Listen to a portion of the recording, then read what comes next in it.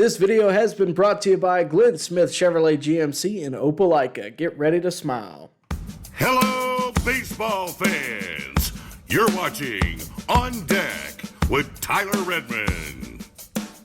Well, hello everyone, and happy trade deadline weekend, and welcome into On Deck. I'm Tyler Redmond. While you're here, do us a favor, like the video, subscribe to the channel, and hit the bell for notifications so that you can stay updated with everything going on with this trade deadline, with the Atlanta Braves, and with Major League Baseball as we move forward.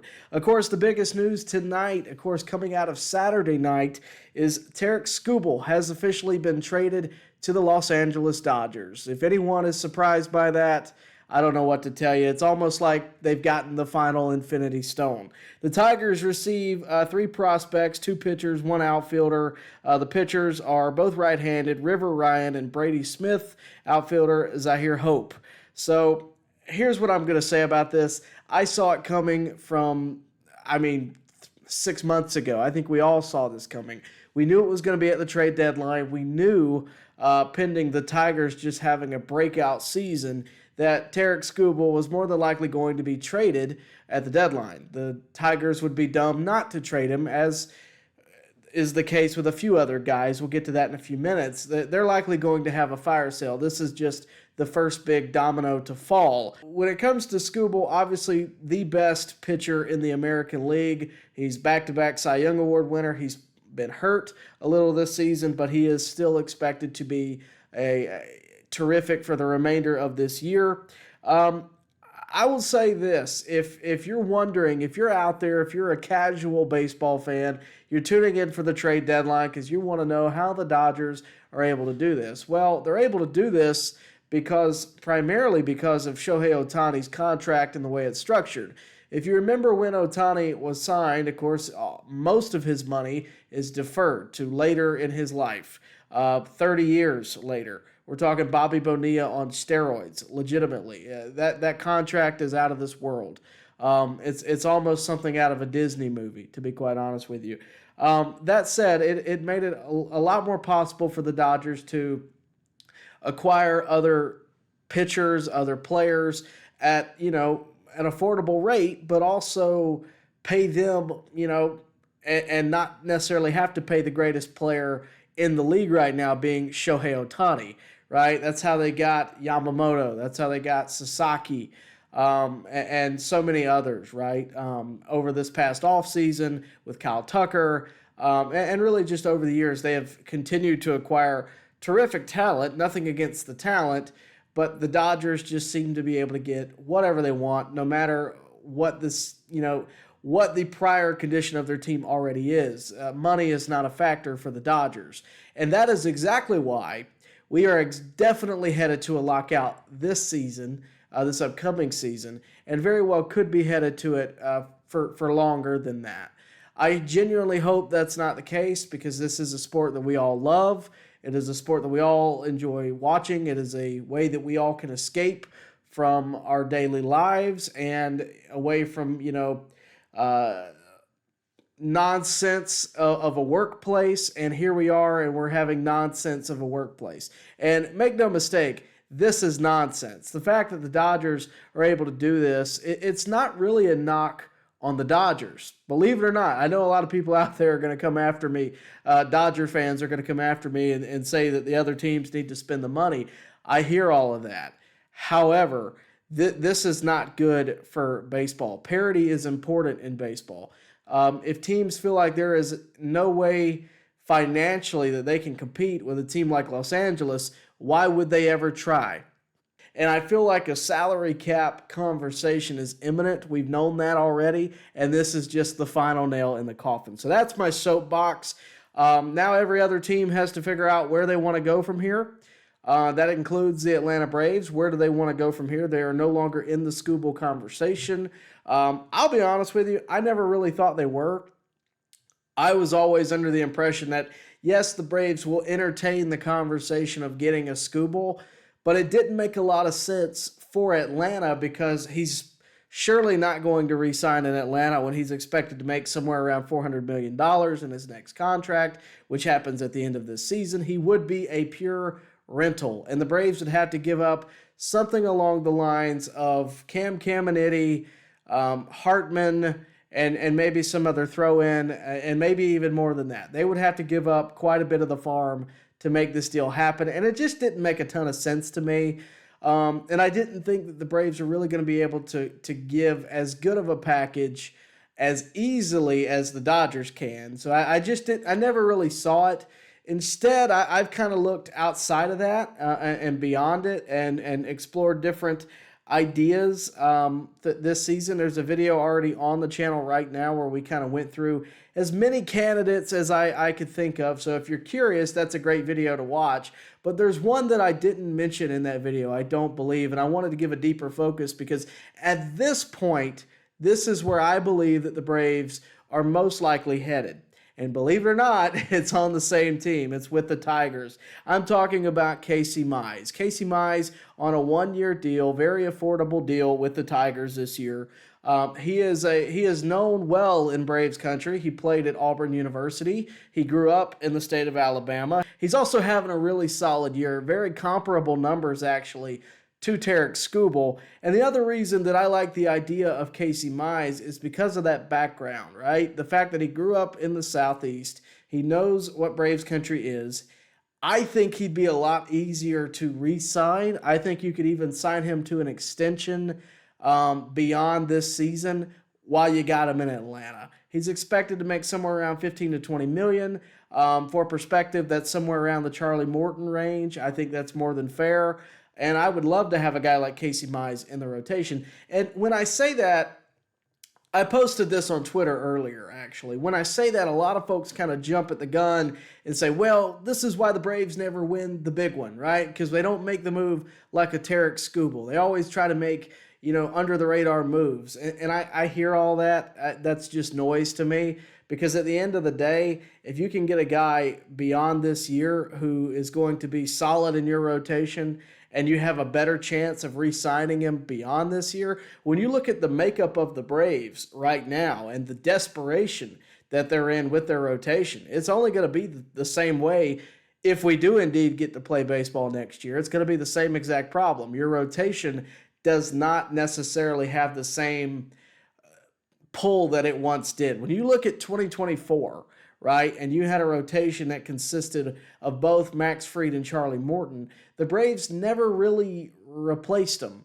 They found different fits for a time. We've seen Grant Holmes and Reynaldo Lopez and Bryce Elder and A.J. Smith-Shawver and Hurston Waldrop and all these different guys try their hand at filling the gap.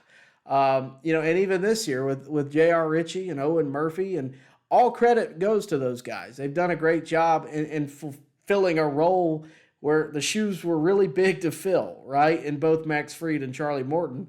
But the Braves never truly found a guy that was the replacement. And when they did in a Spencer Schwellenbach, now he's hurt, right? So you're down quite a bit, in my opinion, in the rotation. What I just said is the reason that I believe from the jump this season that the Braves are going to have to target starting pitching at the deadline. And I still think that's the case. The Braves have actually already made a move at the deadline. They went and traded with the Royals for outfielder Lane Thomas, as well as a pitcher in Bailey Falter.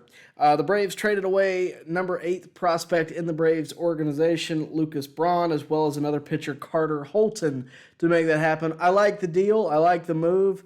I think, obviously, Lane Thomas is the real fixture there. Bailey Falter's already been optioned down to AAA. Lane will most likely platoon with Mike Yastrzemski, depending on what else happens in this trade deadline. And I like the move because it does bolster your bench. It makes your bench a little better. It also, I think it's going to bolster your lineup because you're going to have a platoon there with Yastrzemski and now Lane Thomas, which is going to remove Mauricio Dubon from having as much of a responsibility in the outfield. And you could move him to shortstop every day if you want. You don't have to. Obviously, one of his best skills is that he can play a variety of positions, and we love that about Mauricio Dubon. But if you put him at shortstop every day, you don't necessarily have to continue the shift in your field, right? That just makes everybody a little bit more regular in their positions, and it does bolster your lineup where you're not moving as many people around. And all due respect to Jim Jarvis, Mauricio Dubon versus Jim Jarvis in the lineup, two completely different levels of players at this time. And I think Dubon is going to give you more pop. I think he's going to give you more consistency at the plate. And again, Lane Thomas versus plugging and playing Mauricio in the outfield. I think having a lefty and righty threat in left field, we've seen that before with Duvall and Eddie Rosario in previous years, and even Soler was mixed in at a few points. So we've seen that before. I like it. I like that we're doing that. That's not to say that the Braves are done. I think they could also go out and get you a left fielder straight up, that plays every day, and then your bench gets wildly better if you want it to, right? You can plug and play how you want. And then Mauricio can be your, ultimate utility guy if you want him to be that. But Dubon is also very capable of being your everyday shortstop. And when he was signed earlier this year, I was under the belief that he could be the everyday shortstop. He would be, because he is a two-time utility Gold Glover. They don't just hand those out. He's very prolific in Houston. And I think, honestly, his bat taking an uptick this year has been largely because of the fact that he hasn't had to juggle as many positions in the field. He's been able to put more focus at the plate. And I think if you make him your everyday shortstop, which, by the way, is his first position, I think that's going to help him a lot. I talked to him about that in spring training this year, and he said the fact that he's playing everyday shortstop while Ha-Seong Kim was out with an injury was only going to make him better at the plate. That's just natural. And that's what we've seen this year, I think, in large part. So the move that the Braves made already, I like, but they're far from done. There's a long ways for this to go. The trade deadline ends on Monday night, 6 p.m., and I think the Braves are going to be having conversations until that point. I firmly believe that they're going to be exploring what they can do. I think the rotation is going to be the primary focus, because if you fix the rotation, hear me out. Let's say the Braves went and got Casey Mize. That's your number 2 starter right off the bat behind Chris Sale, right? Then you have Martin Perez, then you have Bryce Elder, and then you have Grant Holmes. But if you get 2 starting pitchers, right? Reynaldo Lopez is on the IL right now. If you get 2 starting pitchers, you got Sale, you got Casey Mize, let's say, Martin Perez, Robbie Ray, and Bryce Elder. That's your rotation, right? Just for giggles here for a second. If that happens, Grant Holmes moves to your pen, and all of a sudden, Victor Medeiros and maybe Danny Young find themselves missing, right? You can also bolster your pen further if you'd like to, explore that option. There's a lot of things that the Braves can do, and there's a lot of options out there, right? We've talked about that, till we're blue in the face this year. There's a lot of starting pitching options that are out there, that are explorable, and now that the biggest domino has fallen, the market is set. People are going to start exploring other routes to get what they need for their team now that Skubal's off the market. So I expect Casey Mize to go pretty quickly. He is a teammate with Skubal. Those conversations were already being had with multiple teams. If the Braves get him, great, but I do expect him to be kind of quick. I expect him to be gone by Sunday night. And beyond that, there's a lot of guys out there. Sonny Gray's been mentioned. Robbie Ray, I mentioned a second ago. I still think Logan Webb deserves to at least be flirted with a little bit. Freddie Peralta's gotten some conversations. Starting pitching's hard to come by, but this specific trade deadline, it seems to be more plentiful than in years prior. And I think some bullpen arms are going to move. The Braves are definitely going to be in those conversations. And we have a long ways to go. But one thing I do want to tell you is that on Monday night, we are going live to react live to the deadline. We do it every year. It's one of our favorite shows. We're going live starting at, let's say, 5 o'clock Eastern in the afternoon. We're going to follow the trade deadline all the way to the end and beyond, give you our full reactions to everything the Braves did, everything other teams did, and we're going to do basically a full fallout of the deadline. We'd love for you to be a part of it. Again, that's Monday night, 5 p.m. Eastern Time. We'll see you there.